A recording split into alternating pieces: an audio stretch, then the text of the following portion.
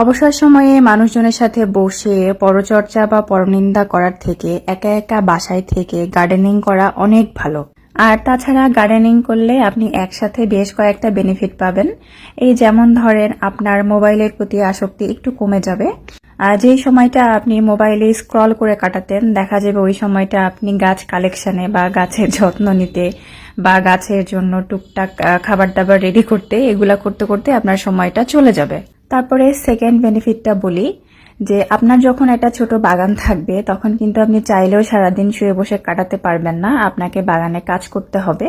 আর এতে করে কি হবে, আপনার ফিজিক্যাল অ্যাক্টিভিটিটা বেড়ে যাবে, যেটা আপনার শরীর এবং মন দুইটার জন্যই ভালো হবে।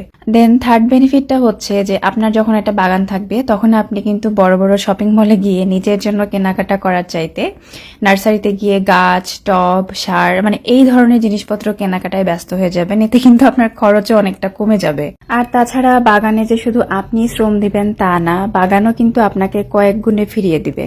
যেমন ফুল, ফল, শাকসবজি অনেক কিছু আপনি পাবেন, আর এগুলো পেলে আপনার আনন্দের কোনো সীমারেখা থাকবে না। তো এইগুলো ছাড়াও হয়তো বাগান করার আরো অনেক বেনিফিট আছে যেগুলো আমার জানা নেই বা এই মুহূর্তে মনে পড়ছে না। তো আপনার যদি জানা থাকে আমাকে কিন্তু কমেন্টে সেটা বলতে পারেন। তো আজকের মতো এই পর্যন্তই, টাটা।